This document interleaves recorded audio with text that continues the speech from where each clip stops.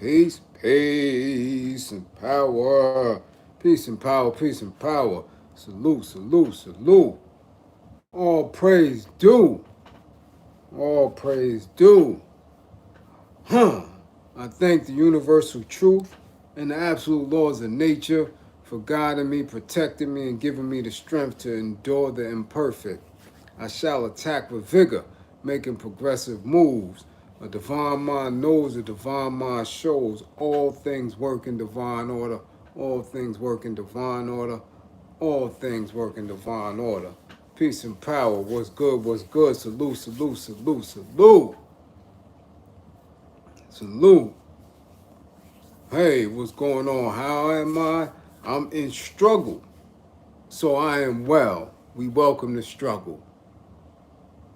What's going on, niece?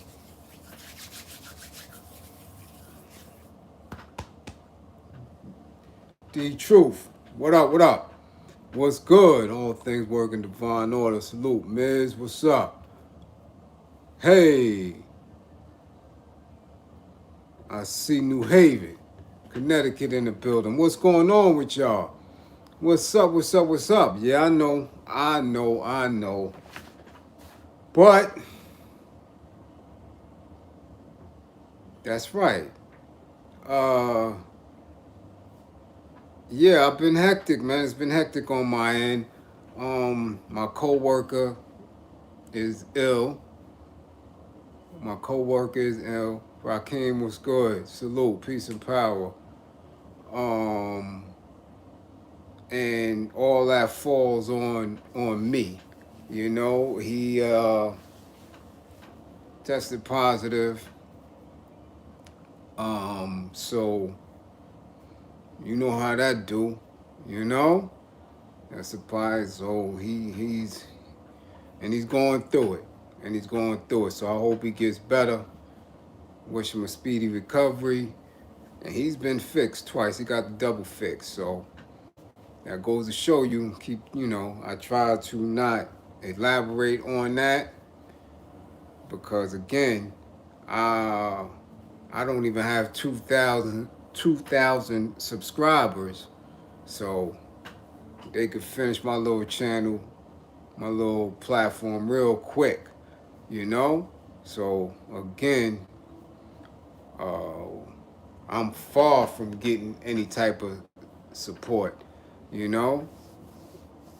Like that, to really go in, though you know I want to go in on it. Salute, Malik. You know I want to go in on it, you know? But everybody can do it except for specific people. Listen. I'm going to tell y'all once.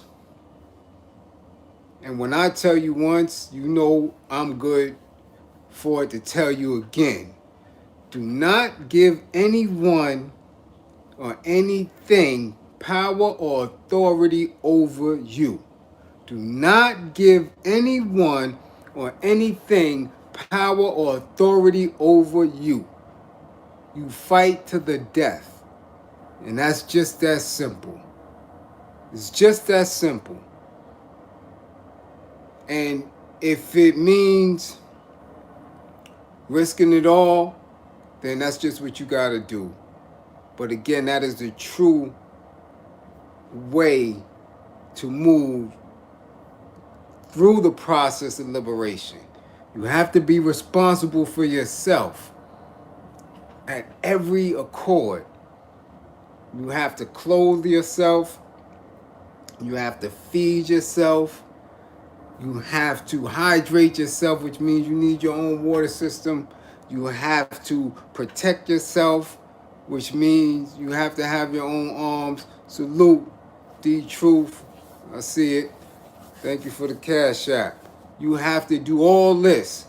And once you become responsible for yourself, right? That's right. Self-preservation is the key. Once you're responsible for yourself, then you can share that same space with others. Salute, peace, knife, peace. You begin, and we begin to be responsible for ourselves and to ourselves. The true liberating process, the true humanity, the true degrees, or the true manifestation of the degrees. It's not enough to read the degrees without manifesting them. Salute, Jonathan, salute. You understand? So once we begin to do that, and that only comes with struggle, that only comes with pulling out and pulling away from. So don't you dare give anybody power or authority over you. I don't care what it is. I don't care what you do. I don't care how far down deep in the foxhole you have to get. You understand? You do not relinquish your power. And I told you before, your greatest power is the ability to say no and to stand tall on it. But after that, you're on your own. After that, that vibration is going to ripple throughout the galaxy that you're standing tall on your own too. You understand? And then you have to understand what comes with that. Death. Imprisonment. You understand? The hammer. All that comes into play with that. So understand what you're signing up for. Whether it's conscious or unconscious. Whether you're using cognitive thought or some sort of romanticism about what the process of liberation is and what it looks like. Once you make certain steps, there's no turning back. No turning back. Nick, salute. Exactly. Law the Great. You understand that? So, again, like I said, dude was fixed, double fixed. And he's still laid up. Shit snatched him. So we got to understand, my whole thing, and I'm only going to reiterate this once and not speak on it any further. Yo, I employ social distancing like a mug. I'm dead serious. Don't have to be with people. You just don't. I wouldn't care what the fuck you close or shut down. By all means, have fun. I don't have to be in this shit. Straight up. As a matter of fact, you're doing me a favor. You're keeping me honest. You're keeping me disciplined. You're keeping me on my dean. You're keeping me building every day and in each and every way with my comrades. So, fuck. You just helping me out. Simple as that. Stay away. Stay away. Stay away. Keep your mouth covered. Keep your hands clean. And do what you do. And get into your studies. And really keep your third eye wide awoke. Sharpen up your skills. And get busy. So tonight, right? It is. I prefer not to be around people. I hear that. Exactly. So tonight, again, of course, you know I want to give y'all a joint. So it's another book. I know I gave it for Black History Month. Peace and Power, Khadidra. Khadidra Johnson. That's my sister name. Yeah, my physical sister. And Khadidra Johnson. Shout out, Will. Key recently purchased one of the books you wrote. I did see that. I do believe you got the All-American Justice System Handbook. I did see a order for it. Don't know where the royalty going to go or come, but thank you. I hope you learn from it. I hope you share the information, and I hope it does you well. You dig? Salute, salute, salute.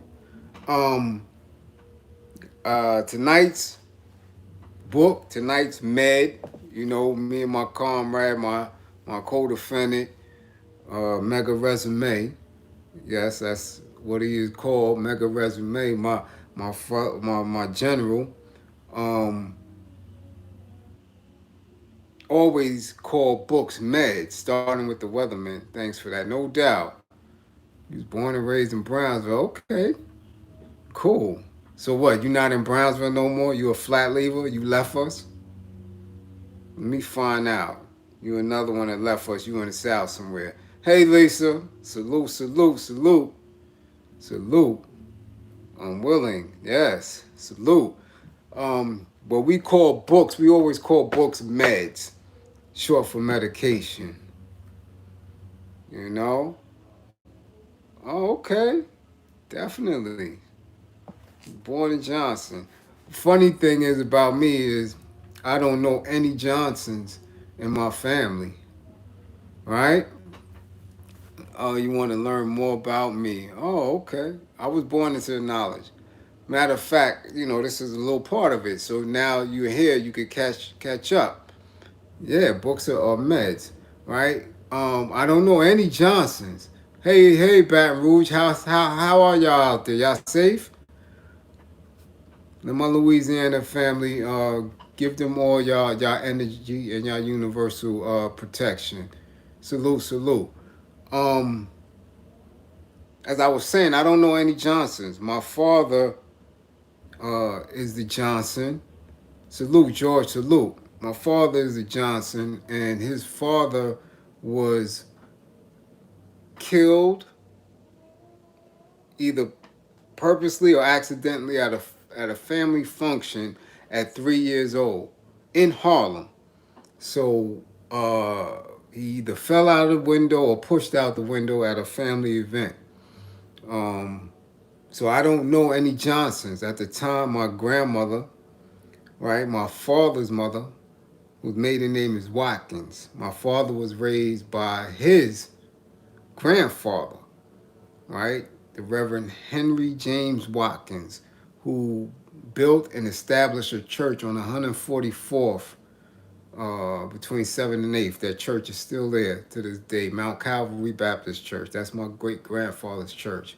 So we grew up knowing all the Watkins.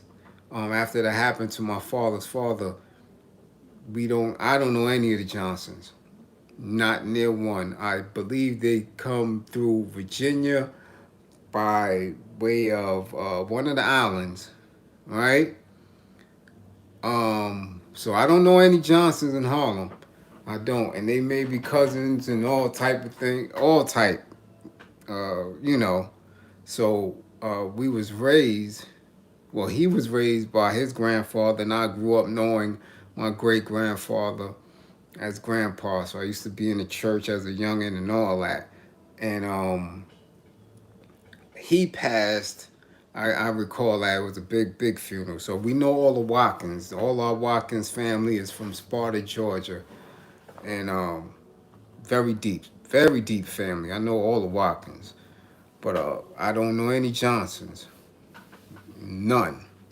So if I got cousins in Harlem that are Johnsons, and they know of that particular story, here I am. All right. Again, tonight's Med, right, is a book that I spoke on several times. I definitely gave it as required reading when I did my Facebook month long Black History Month, since that's what they want to call it. Every day I gave a different book, different title, with a short breakdown and a synopsis of the book. And tonight, good evening, salute, salute. Tonight's book, as always, A Dying Colonialism. Can you see that, or is that too much of a glare? A Dying Colonialism by Frantz Fanon, right? You know I love Fanon. Why? Because he comes from a very intellectual base, because he's a doctor. Not only a doctor, but a head doctor. You understand what I'm saying? Right here. So he dealt with, right? Yeah, okay. Nas could be the greatest. You out of here with that, right? Um, Again, when you're dealing with watching uh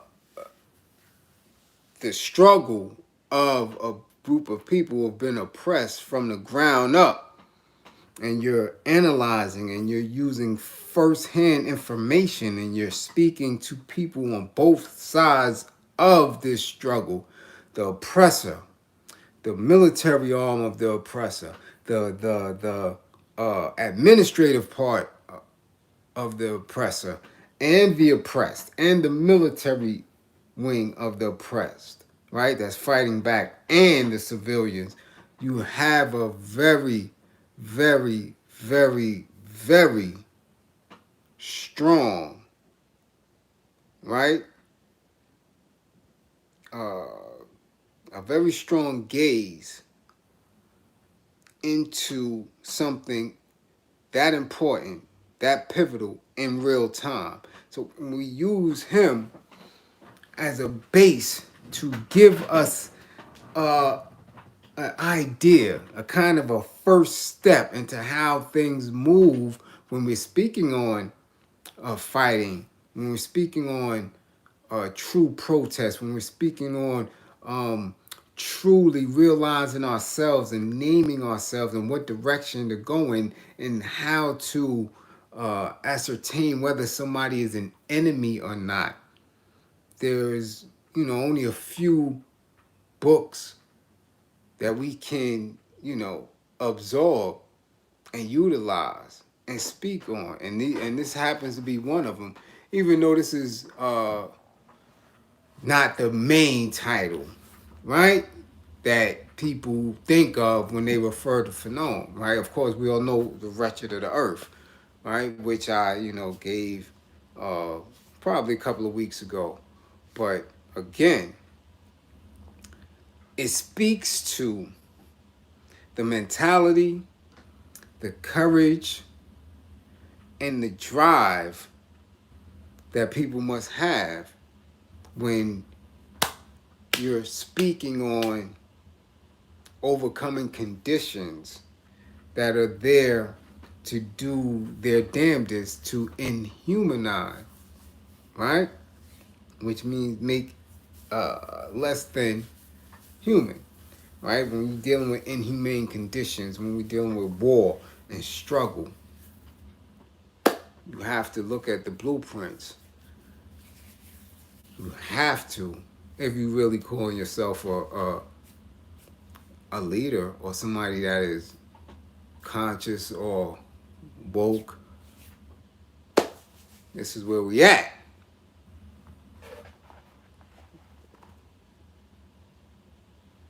A dying colonialism. Right? You can see it, right? There you go. Can you give the titles a few days before the live, maybe even assign chapters? I will find hold on, excuse me. What the? I would find value in reading before the live.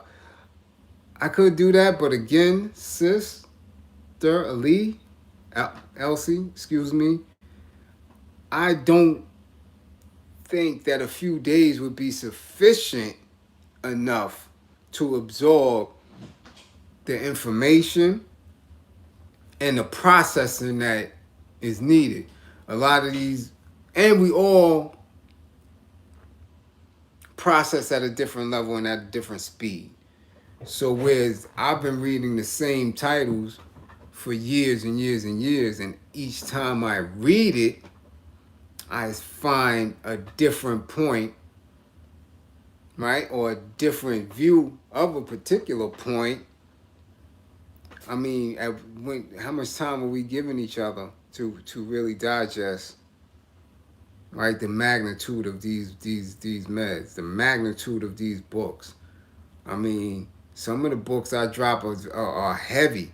Like, I mean, how can you read The Hero with an African Face in 2 days, 3 days? I mean, some people can, but I'm trying to see who would really comprehend that. Yes, dying colonialism, right? Who? Definitely, you can miss something. Listen, I've been reading. That's why I signed chapters. Okay, okay, we'll get at a try. Definitely give it a try. Like again, I said I've been reading, and I don't know if we'll be able to see it. Right? This is how is it? Let me get this right. See, this is tatted on the arm. Blood in my eye. That's it. When people read books that have to deal with their religious faith, right? And they read it every day and go back and break it down and things of that nature. I've been reading Blood in My Eye for 30 years. And every time I read it, right? The hero with what? The hero with an African face.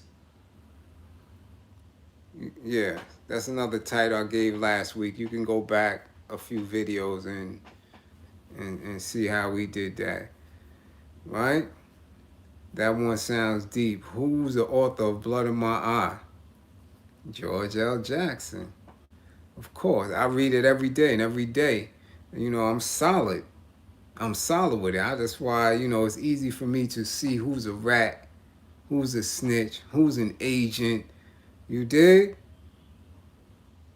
Blood in My Eye, powerful book. That's why I got the name. That's right. Definitely, Comrade George. That's why it's emblazoned, and those are only two. You see these tats? This is what I represent. I love East New York because it raised me. Blood in my eyes shaped my belief system, right? And I think I got one more right here. Son of Priscilla, with my mother's uh, transition date, right? And those are only tats, and any other tats will be of that significance as well. Hey V, you know, but hey Gotti, what's up?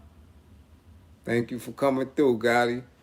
Yes, mom's is 16 years past now, but yeah, George is beautiful. He's a just a beautiful man. Beautiful man. Anytime you can get anything on George, uh, digested. I've read everything on him, everything, including his case law, everything, his trial, everything. Beautiful man. Him and the man child Jonathan, just beautiful. You dig? And when you be speaking of leadership, when we speaking of, you dig? So, yes, 16 years. Salute. Thank you. So when you dealing with someone to look to emulate, I put George above everybody. Above everybody. And I mean, I've been around the best. I've literally sat at the heels, at the ankles of Dr. Henrik Clark. Sat at his ankles during lectures, looking up, looking at in awe of how he delivered his information. I've sat right next to Dr. Leonard Jeffries. I've sat next to Deruba. All these great individuals would be in Harlem giving you information every weekend. They going from different spots. They may be in a public school cafeteria one weekend. The next weekend, they may be in a church. The next weekend, they may be in a community center. They would just go around. And it was an elder. I never forget an elder I was in college with that snatched me up and said, listen, man, I need you to come through Saturday, man. I want you to come see this. I want you to come around these people. You're very sharp. And boom, he came. I came one Saturday, and I was in awe. I was like, what is this? Yes. Right. Yeah, definitely. And I came through, and I never forget the first time I was there, Dr. Jeffries was there. And he was building, and I want to say Naeem Akbar was in the building too, right? And that shit was powerful. Powerful. And I was hooked from that first weekend. The next weekend, it was Dr. Clark, the Ruba. I never forget, the Ruba was all fatigued out. Boots and everything, militant. He had just came home. So he was moving very stealthily, but he had came through. And it was just beautiful sitting around all these elders and just absorbing it. And they shooting and shooting. And I'm like, yo, this is crazy. Yeah, get Soledad, brother. Get that. Matter of fact, read Soledad, brother, before you read Blood in My Eye. Blood in My Eye should be the last book that you read. Anything going on in New York that I could attend. I'm from Philly, so I'm not far.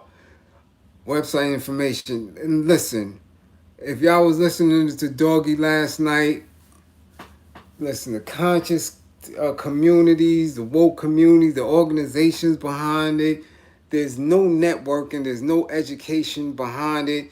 This shit is just disgusting, Real lectures when it wasn't about the money. Exactly, Gotti. Now and these frauds. It's something that, and again, we have to rebuild. We have to reestablish.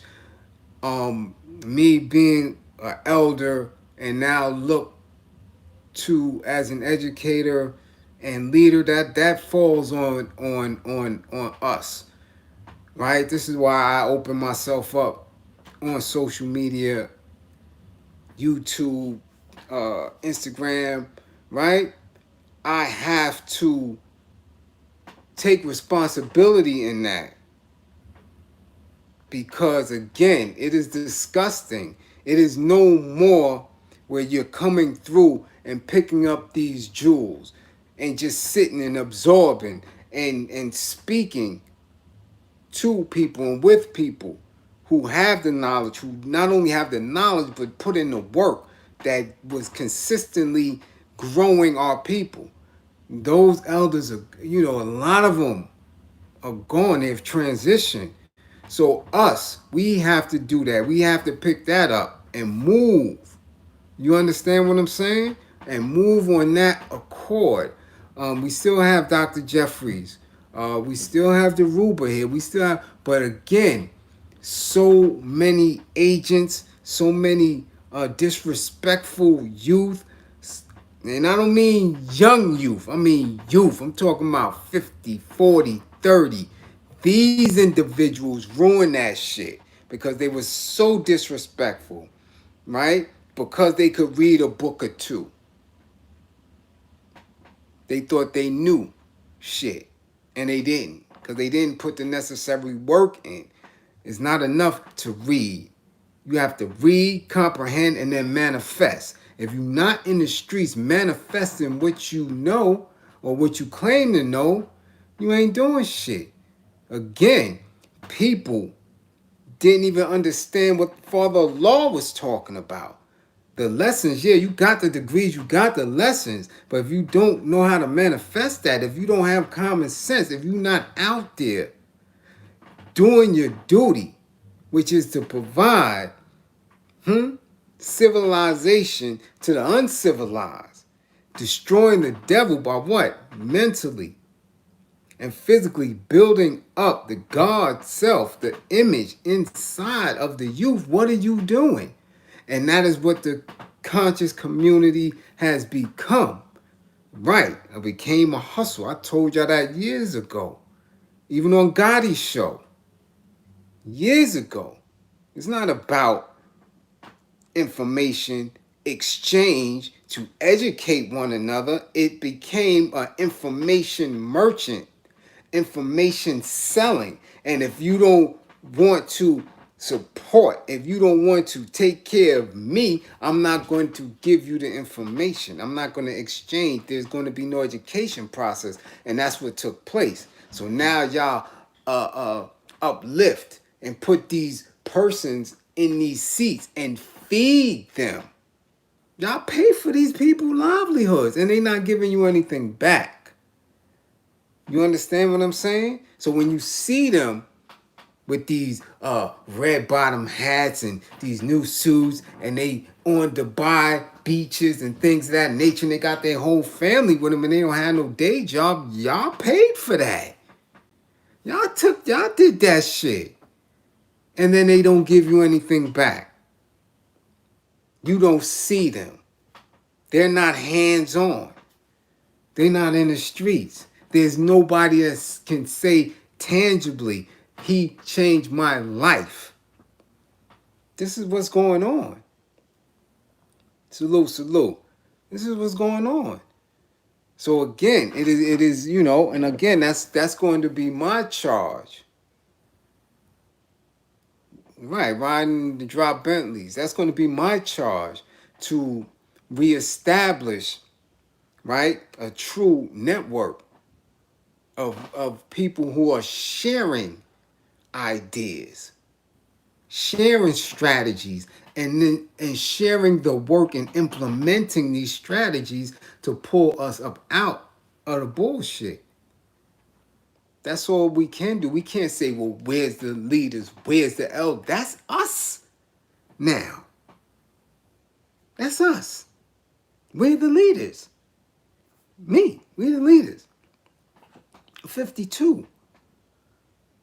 If I was still part of their regular army, I would be a command sergeant major. If I was still part of their army and I would have finished college, I would be a general 2 times over. So why are we in the community? Why are we here with no rank and file, with no structure, with absolutely no accountability for and to each other? That's not no liberation army. What is that? But the people allow this to take place because again, they continue to feed these individuals and don't hold them responsible for anything and allow them to talk and hide behind this shit here. You understand? This is why I leave this shit here and go out into the street and do what need to be done. That's why when I'm not on here, there's a whole cadre of people who see me on a daily basis doing the work.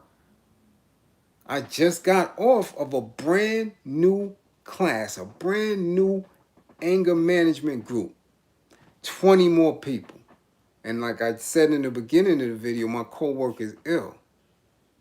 You dig what I'm saying? So now that means this week I won't be able to be on social media as much, especially during this time, because I have to do 2 groups.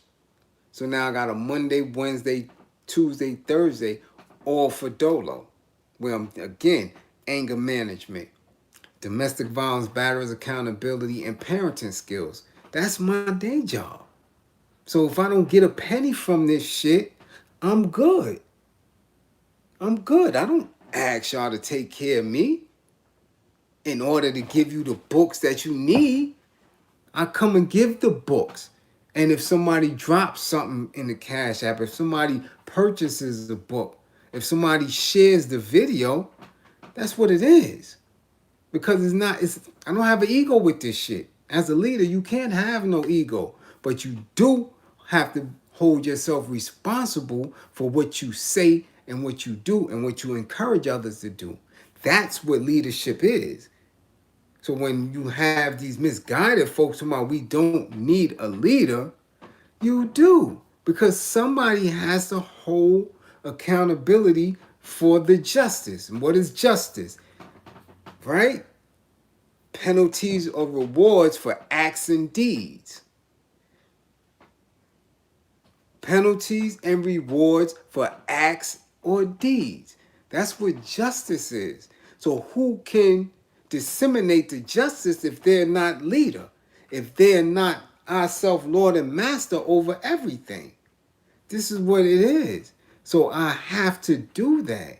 But there can be no ego involved in it because it doesn't matter who gets the job done as long as it's done. As long as we're working, as long as we're setting goals, as long as we're implementing strategies, as long as we're awakening specific individuals. And who are the specific individuals? The youth, who will be our legs in the struggle. The women, who will be our protection in the struggle. This is how we move. Exactly, a higher divinity. And how can we not push for that? How can we not embrace that? I told you before, I'm protected. I'm protected by every single universal truth. I have women that do the work every day. Every day. Every day. They smother me in protection, in love. They smother me in wealth and in energy. That's it. I don't fear shit because I have an army of black queens that will chop your head off for the slightest indiscretion against me. And when I speak to that, to encourage men to be of a specific quality so you can have the women do the same for you. And then we can march. Come on now. Come on now. I'm not saying nothing that's too far-fetched. This is high science, but it's common science. You just have to learn how to listen and then trust in each other to make the proper decisions. Never give nobody or anything or any institution power or authority over you. None of it. And now you're being forced to make those decisions. It's no longer, this ain't the 80s and the 90s where you could sit back and chill through this. Something that true generals have been telling you for a long time. There's no sitting idle through this shit. There's no neutrality through this shit. Why? Because it has to grow. Salute, Ryan Smith. Thank you for that. You have to. Capitalism, built on racism, leans on racism. So capitalism, using racism as a function of it, has to grow to a point of fascism. It can't. It will never fall. It has to continue to rise. The materialism has to continue to rise. The numbers, when it comes to the income, the million, we used to get hyped because somebody won $1 million, right? If you from New York, you remember the first lotto winner, right? Black man with the derby hat. Everybody thought he was set for life, right? Now you know if you win the mega, you ain't got shit. 300 million is like that, gone. You can fuck that up. Because again, the machine of capitalism has to grow. It has to continue. So now you get from millionaires to tens of millions to hundreds to billions. Now you got billionaires running around. Soon you're going to have a couple of trillionaires. It has to continue to grow. But in the mix of it growing,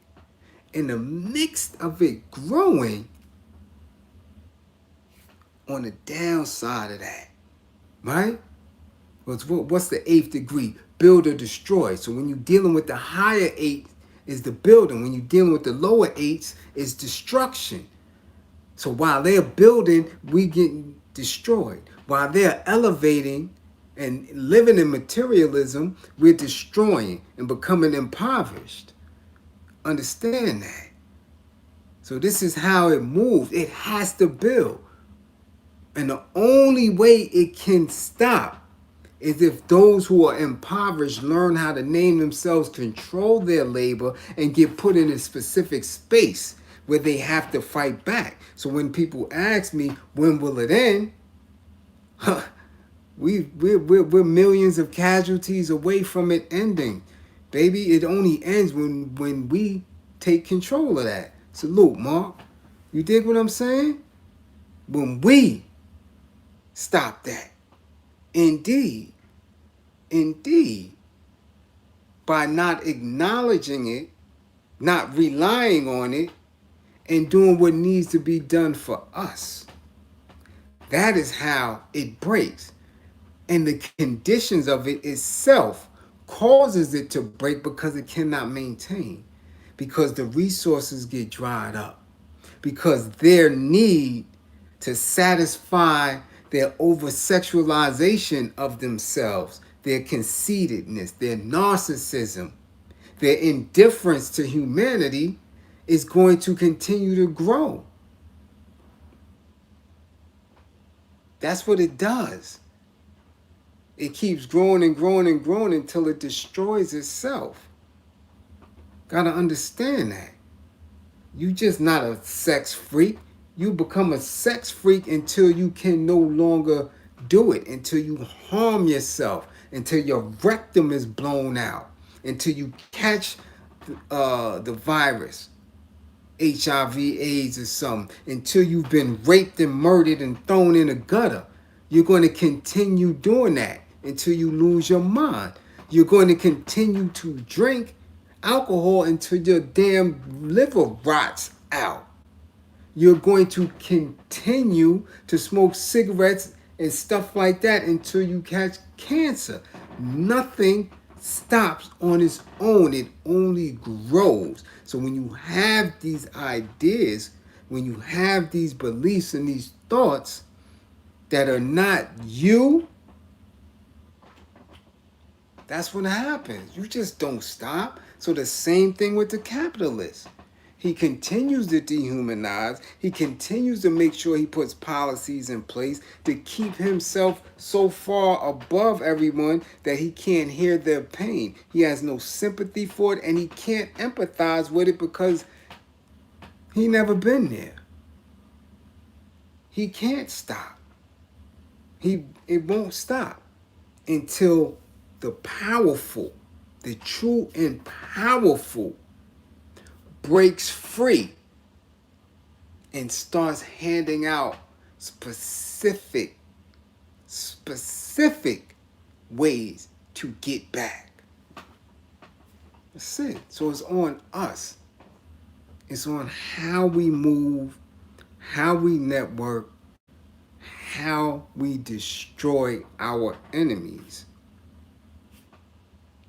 Simple as that. Simple as that. So it is on us. So when you question that, where can we go? How many? Listen, those who are in our neighboring cities like Philly, like Newark, like New Haven, and Bridgeport, right? And West Haven, and Hartford. You dig what I'm saying? And Elizabeth, and all that. And they're looking at New York to be the source of this information and the source of because this is who you seeing. You seeing all these people coming up out of the city and they have polluted social media. So everybody thinks that this is where it's at. That's the mecca of information. That's the mecca of hip hop. So that's where you point. You say, okay, it must be there. And it's not there. I'm telling you. Y'all looking at crackheads. Y'all looking at custies. Y'all looking at perverts. Y'all looking at bitch ass dudes. Y'all looking at these dudes and these women as people who they are not. This has become a hustle for them. And I always invite people to come to the city so I can show you specifically where they may be living, where they reside, what communities they are in, how these dudes is paying rent. So you can see firsthand that, yo, these people are full of shit. They're not doing what they say they are doing. I could bring you right to their doorsteps. Are you kidding me? And again, that's what it has been over the past 25, 30, shit, I can't even say that now, past 30, 35 years, where people from New York have been a misrepresentation in media and social media, in the culture. Because again, people from other regions can't just get to New York. It's time consuming. Where would you stay? Everything that New Yorkers are able to do when they go out of town is that much difficult when they come to us. You understand what I'm saying? You come to New York, a hotel room is not no $80 a night. You talking somewhere decent upward of $250 a night. You know, this is big city dreams. Everything is got you in New York. So y'all gaze is different. Y'all looking for people to trust, to give you what's really going on here, to give you the answers to why this, why that, why they not doing this. The entire city is a hustle. It's like Hollywood. That shit it's make believe. But there are some solid people. Like I had one of the sisters, when she came to New York, right? No matter of fact, it was the brother Charleston when he was in his more revolutionary state. And I had discussion with him. He coming to New York, people not even telling him where to eat, how to move, how to get, his little smoke and things like that. He paying $4 for a bottle of water, shit like that. People sending him, some people not even talking to him. He looking at him like, yo, these is black people. These is my people. Why they haven't, because you don't know New York. We just don't talk to anybody in New York. First of all, we looking like, who the fuck is you? You understand what I'm saying? There's a difference. Or you may be speaking to somebody because they black and melanin, his tone, but you don't know no fucking English. You understand what I'm saying? You speaking to him and he may be Haitian just coming over. He may be from the continent just coming over. So he just as lost as you. And most people who don't speak English don't want you to speak to them because they're anxious. It's anxiety. They can't speak. So they get embarrassed and they get flustered. So they're not going to speak to you. But if you from the South and you coming through and you don't know, you don't have the right tour guide, you don't have the right person to show you this is what it is, this is what it is, to take you into the hoods of where we at. Say, yo, come on, man. Fuck, I'm paying $4 for a water. Let's go to the hood, go in the bodega, get the dollar waters. You dig what I'm saying? You have to be able, right, to have someone who's going to truthfully educate you. You have to have somebody that's going to educate you on this and then have the ability to take you behind the rope when it comes to what's conscious, when it comes to the politics, when it comes to seeing how things move. If you're not a native New Yorker, and I'm serious, it's not to slight anyone, but you will come here and like my good pimp buddies used to say, you'll come to New York shining and you'll leave there with some goddamn sneaker strings holding up your pants, baby. Cause that's just what it is. It's a got you town. Anybody that can get you, anybody that catch you slipping gonna get you. That's just what it is. And it's the same when you travel to the South. If you run into one of them slick dudes, you're going to get got. Same shit. Because you're out of your element. So you don't know. You go down South, she thick as grits. You're like, damn, look at that. Thick mama. She's a crackhead. Because y'all crackheads don't look like our crackheads. Our crackheads get smoked out. They look like death. Down there, they still eat, still take care of it. But they got them crackhead. Everybody in the town know. But your New York ass don't know. So you go down there and you messing with the crackhead.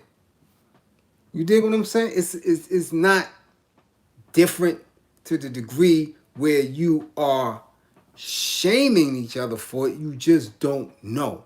So when you see these people talking about their conscience, when you see them talking about they woke, and they in these different communities and in these different spaces, they hustling. If everything that come out of their mouth is pay me, oh, let me do this, and everything got a dollar sign attached to it, y'all be trying to warn people. But y'all, and not my people, but the majority of the listeners are so intrigued with that bullshit that they can't see it. There's nobody who fell off that I didn't tell people about almost a decade ago.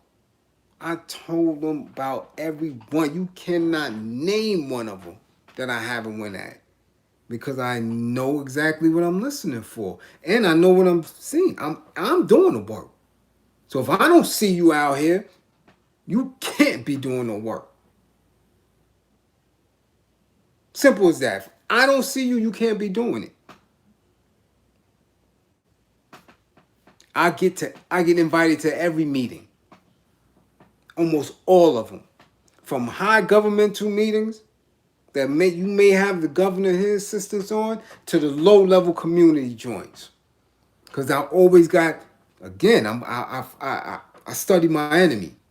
So we need intelligence. We need information, right? We need intel. So I'm going to sit right in the pocket in the cut. You're going to invite me to a Zoom meeting. I'm going to be right there. And that's how I could tell you all the black devils that we got that undermine what we have going on. If y'all don't understand how far behind the 8 ball we are with this shit, and you're only relying on what you see through social media and what you hear from our people, y'all in the world of hurt. Because I'm telling you right now, if you thinking this shit right here is going to save you, no, I don't work in a trauma hospital anymore. I haven't been there in 3 years. Right? It's not. Because I show you black women that are working to serve your ass right up. Black women, educated women who sit with your enemies every day and speak just like them, and ready to take your black ass to jail or set you up to be murdered by law enforcement, and they don't give a damn. Not only black law enforcement, but black politicians that sit there on them same boards and sign off on policy.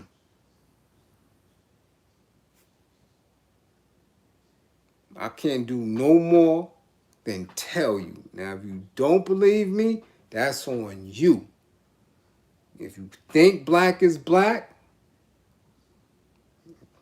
keep up. You'll find out. Kamala Harris is just the tip of the iceberg. And certain things should alarm you. When they talk about their Greek or sorrow or frat, they ain't fucking with you. When they talking law enforcement, when they talking politics, it ain't for you. We are in a space right now where it is war. So if they're not speaking military strategy and tactics, they not with you. They not with you.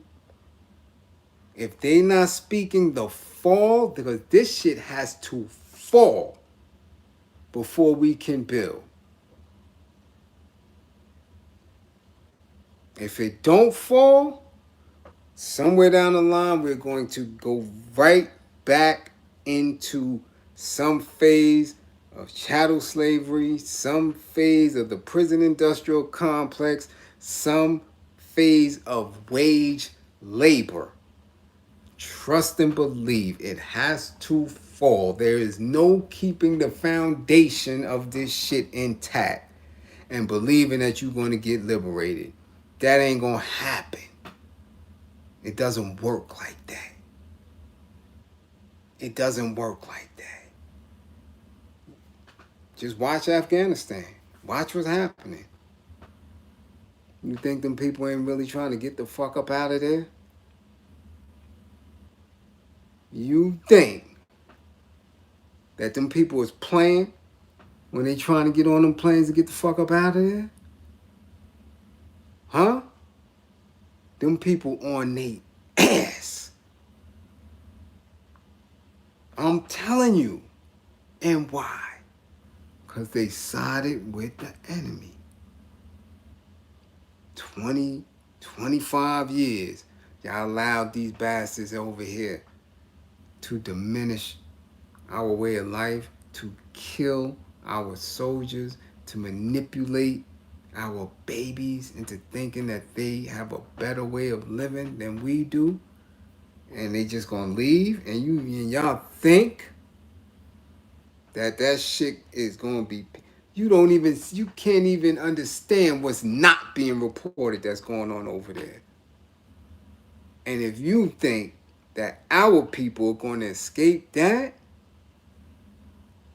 you think that our people are going to escape that, you out of your mind. You think that the woke, the conscious, the aware people start getting traction, that they not going to be going through these hoods, that they not going to be going through these churches, that they not going to be going through these little local politician offices and centers and taking their ass out. You think our people going to escape that? You think that's what people's war is about? Allowing somebody to get a pass and get a reprieve after you worked for 40, 50 years with our oppressors to keep us in jail, to separate our people, to keep black men away from black women and black men and black women away from black child, and to have our children in a culture over-sexualized, undereducated, and killing each other. You think that they ain't gonna be trying to run up them? That's what they doing now, running up out of the hoods. You don't see none of these A-list celebrities and athletes living around you. That's part of the exodus. Hoping that master could coddle them when the true liberators start sticking their head up and start doing what need to be done. So when you watch the news, when you speak on specific ways of how other people move for their liberation, of how others seek their freedom, watch. You have to look and see, and then you can see the enemies within you. Come on. Shit ain't hard.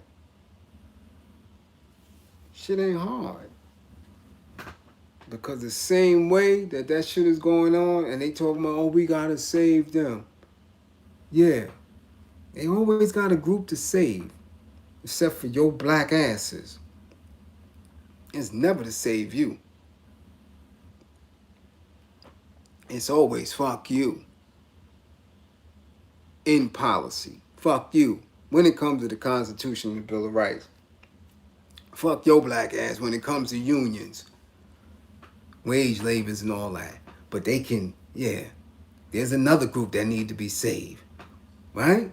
We done saved every fucking body. We saved Bosnians. We done saved Asians. We saved Vietnamese. We saved Koreans. We saved the Mexicans. We saved the Nicaraguans. We saved the Chechens. We done saved Iranians and the Kuwaitis.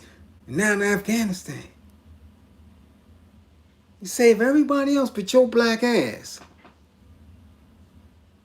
And they'll come over, and soon you'll have the Afghanis, exactly, in your neighborhoods. Open up bodegas. Opening up tea shops. Opening up beauty salons, and all that. That's just how it is. Until you fight the fuck back. It's just that simple. It's not hard. Who knows more about urban warfare than police? We do. We do. We know more about urban warfare than anybody else. Why? Because we've been killing each other. We've been killing each other for 3-4 decades, deep, strong. I tell you that right now. I'm a perfect example of it. I know every street in Brooklyn. I know every fucking pothole. I know every backyard. I know everything about the streets of Brooklyn. And utilize that shit to hunt people down. Manhattan too. I don't even need a GPS. I don't. Straight like that. And it's a lot of our youngins in the hoods that do the same thing.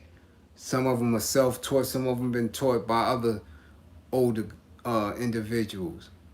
We know more about urban warfare and still have a lot more to learn. Why? Because again, when you utilizing what you know against yourself, you're not really testing the limits. You're not. You're killing yourself. What's my thoughts on Haiti? Haiti's in trouble. Haiti's in trouble. Haiti's been in trouble. This is not new for Haiti. Haiti never came up out of it. Haiti never had a chance to celebrate their independence from the European. Once you do that, you always under attack. Always. They're in dire need of all assistance. But then again, they are prideful. So they'll get back on their feet. They gotta struggle. They have to welcome the struggle. Their struggle is no different than any other nation that claim that we are independent. We are men. We will not be manipulated by the European. Okay. So then you feel the Europeans' wrath. You just got to stand strong. You got to weather the storm in order to stand tall. You have to. You have to. They're going to come out of this shit all right. Yeah, they're going to come out of it all right. They're going to come out of it all right because, again, they're not fooled by the lavish shit. They're not fooled. You can't get them a fucking Bentley and tell them everything going to be all right.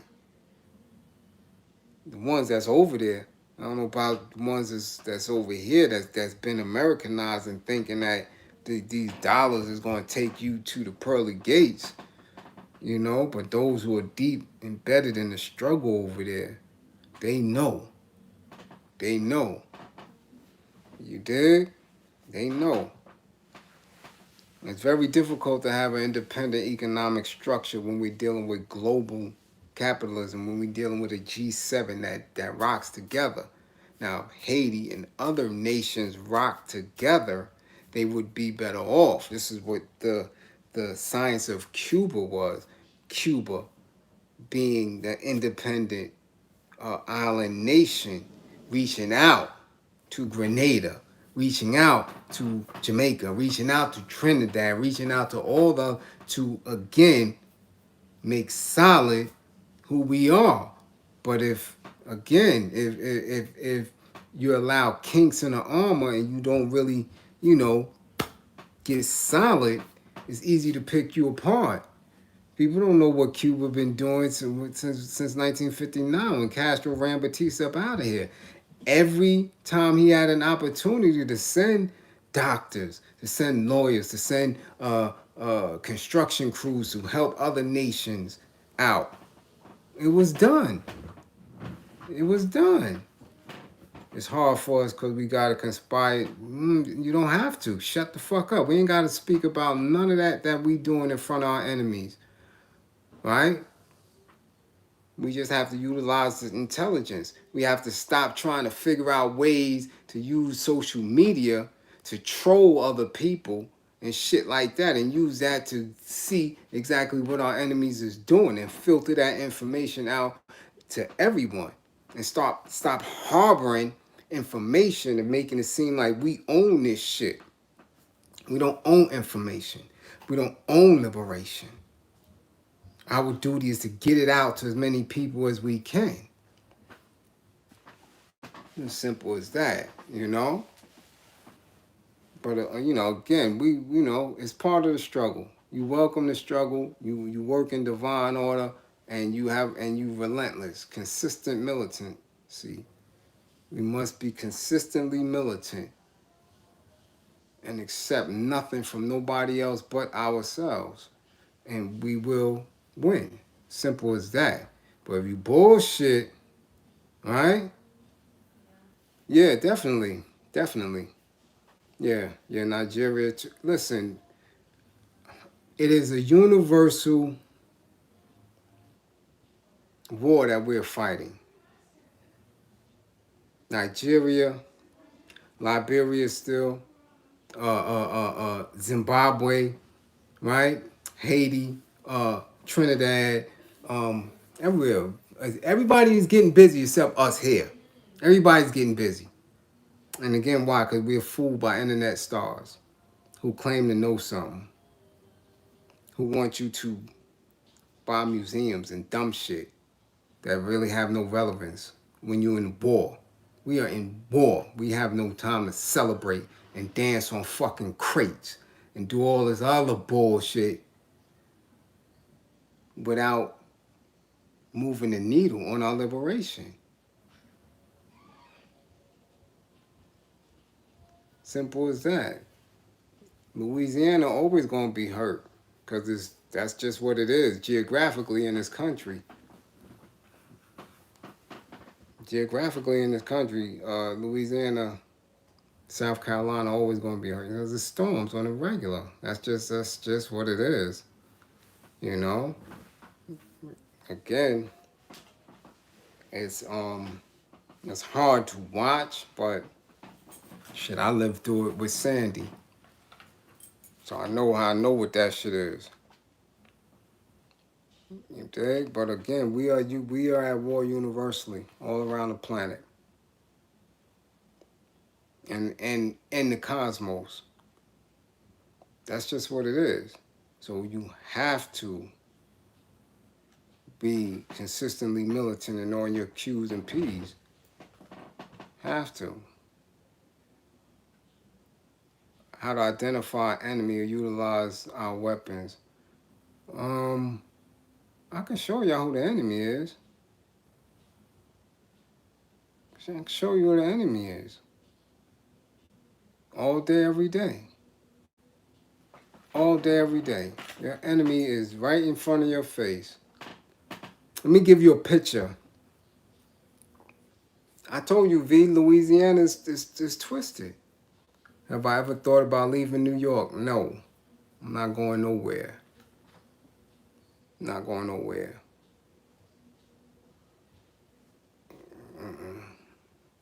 Not going nowhere. Not New York. Cause this is where I'm coming. I don't like when I'm out of town. On the highway. I'm anxious as a motherfucker because there's no cover. There's no cover. New York City, shit. Y'all seen Larry David's story, right? That's how we could get down to New York. You don't have to, you don't even, shit, you can move to the next borough and nobody know you there. I can literally be in Brownsville and I'm from East New York. I could hide in Brownsville for fucking years. You know what I'm saying? So for me, as a soldier, you dig what I'm saying? I'm a soldier. That's how I was trained. I was trained to shoot. I'm a soldier. I was trained to hunt men. I'm never leaving the concrete jungle. For what? For what? I know everything. I know how to move. I don't have to be seen at all. And most time I'm not. There's people that's right now in East New York who haven't seen me in years, and I be in East New York almost every day. Why would I ever leave New York. I can cause the most damage. Hell no Colorado for me. Hell no. Shit, you talking about crossing the South, the Midwest, to the damn West? No, sir. No, sir. Mm-mm. That ain't happening. No. I know how to get busy. And straight like that, New York City could be shut down. It's gonna take us 90 days to take over this city. 90 days. Take this shit down. You could cripple New York. Easy. You know? But the book of the day, the book of the day is the Dying Colonialism, and it's 70 minutes. So again, I always like to read an excerpt, right? So you gotta excuse me if I don't read what's going on in the chat for a minute. Every blow dealt the revolution. Every massacre perpetrated by the adversary intensified the ferocity of the colonialists and hemmed in the Algerian civilian on all sides. Trains loaded with French soldiers, the French Navy on maneuvers and bombarding Algiers and Philippeville, the jet planes, the militiamen who descended on the Douars, right, and decimated uncounted Algerians, right, and the Douars are villages, right, okay, and decimated uncounted Algerians.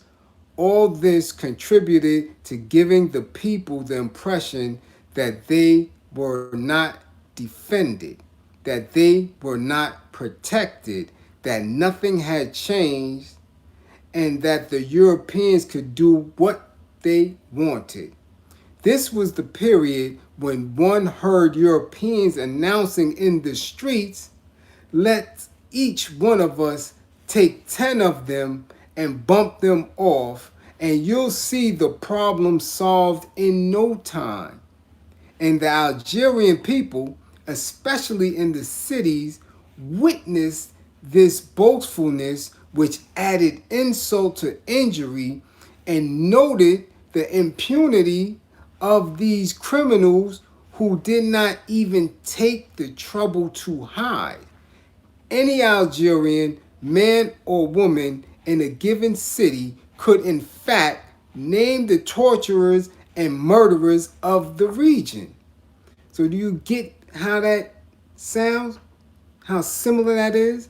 This is what we live through on a daily basis, right? Like we seen a sister walking her dog in Chicago and getting accosted by the race soldier with the weapon of death on his hip. She's walking her dog and you attacking her, right? You see what's going on in everywhere. We see it in the Bay, right, V? We see it in Virginia. We see it all over. Only difference is the French had to occupy Algiers, right? They have us believing that we are not native to this part of the planet. So when you believe that you're not native here, you don't have an affinity for the land. So again, you're out of sorts. You're out of pocket because you're not American. You don't identify with the continent. Where are you from? It gets confusing. And then you have leaders that tell you you're this, you're that, you're this, you're that, you're this, you're that. So you don't know how to fight this war. So again, this is what's happening in Algiers. At any time, these people are just picking them off, right? A time came when some of the people allowed doubt to enter their minds, and they began to wonder whether it was really possible, quantitatively and qualitatively, to resist the occupants' offenses. Was freedom worth the consequences of penetrating into that enormous circuit of terrorism and counterterrorism? Did this disproportion not express the impossibility of escaping oppression? Listen to what they're thinking. This is the processes of the mind that we forget about.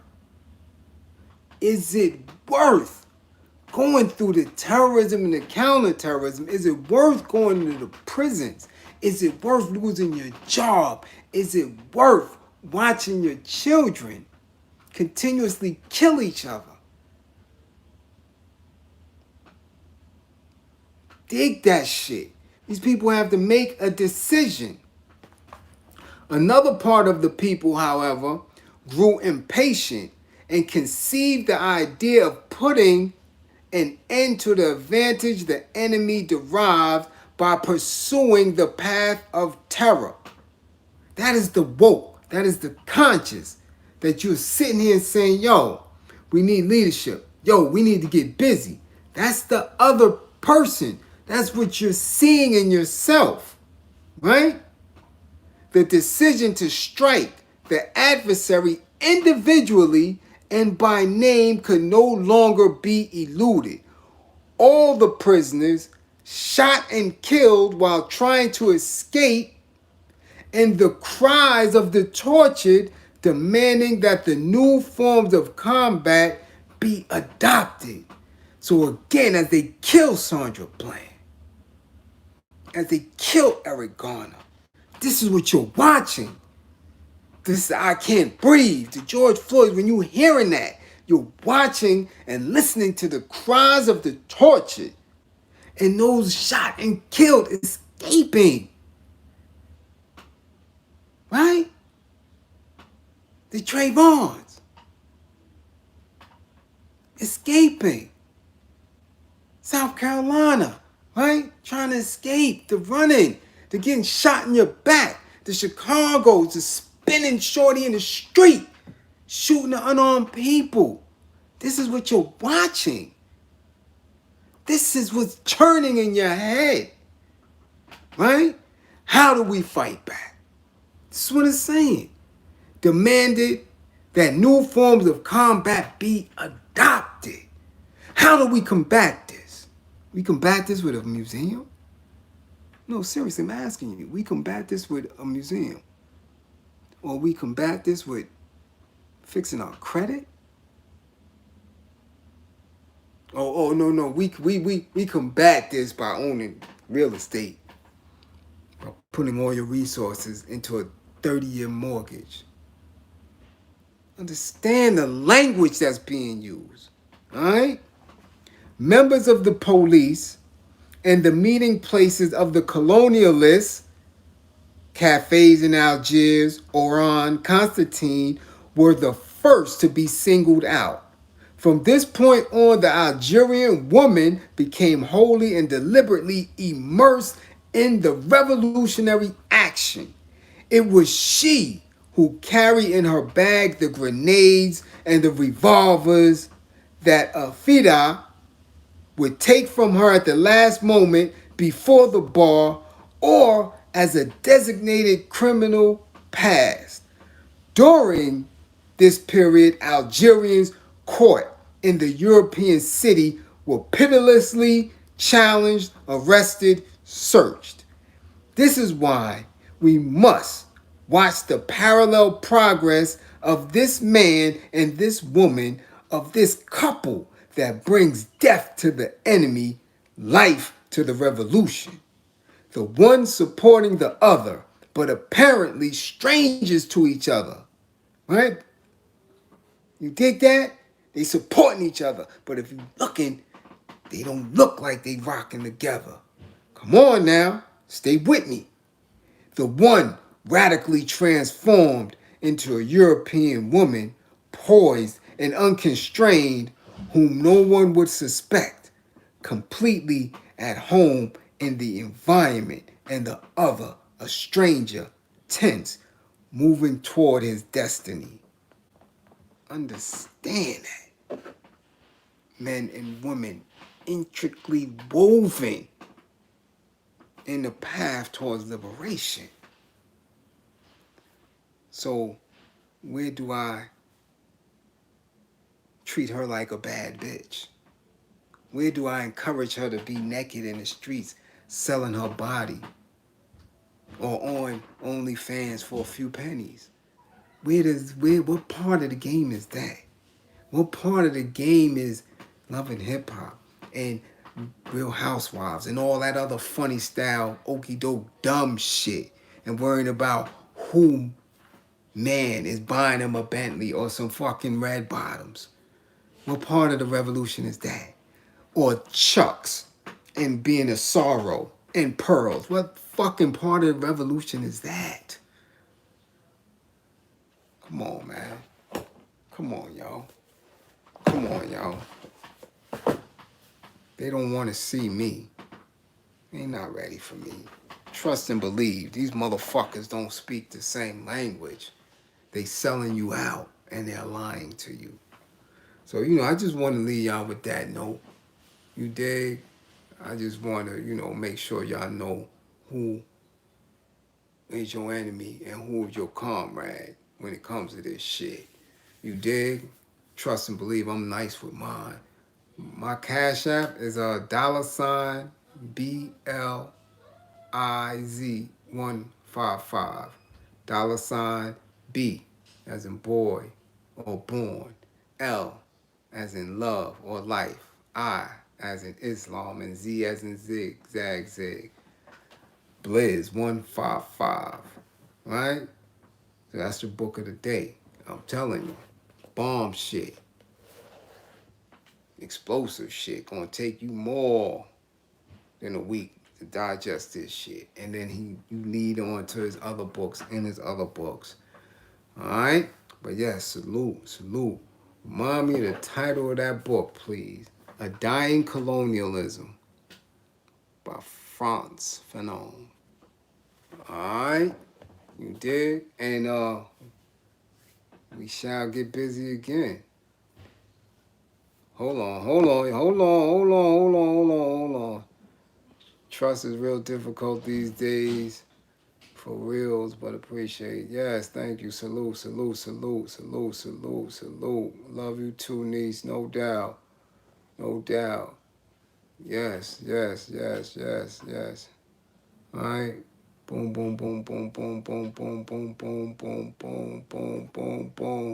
All right. Yeah. You already know. Again, salute. I love my people. All power to the people of the struggle. All power to the people of the struggle. We will win. Without a doubt, we will win. Sharpen up your swords. I may show y'all how to make homemade napalm one of these lives. You never know. You dig what I'm saying? But trust and believe, we got to get busy. All right? So again, I love my comrades. Blackwomen,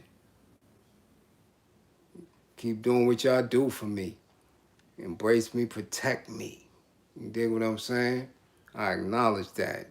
I drink from y'all all the time. Black women keep me going strong. Never disassociate or try to, deal with y'all in any way that's less than equitable. We're dealing with straight equality. All right? So peace and power. Salute.